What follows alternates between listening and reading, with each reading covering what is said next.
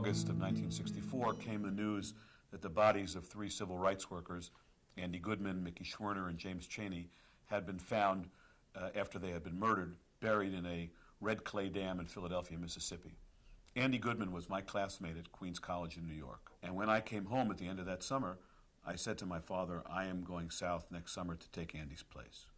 By 1965, the goal of the summer projects was to register as many African American voters as possible throughout the South.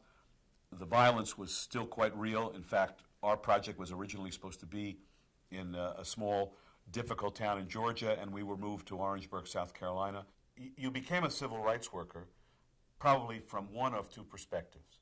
Either you were politically a radical, and you wanted to see political change take place in America, perfectly legitimate position to take, or you came to this from what we would call in modern jargon a faith-based orientation.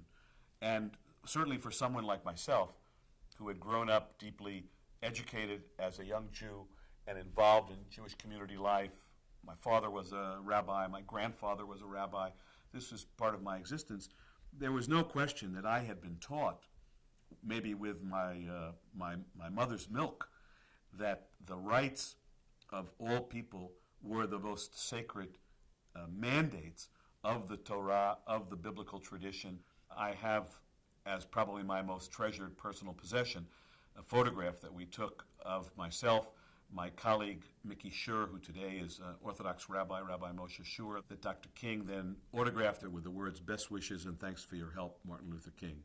I realized that the proper way to understand that quote, that inscription that he put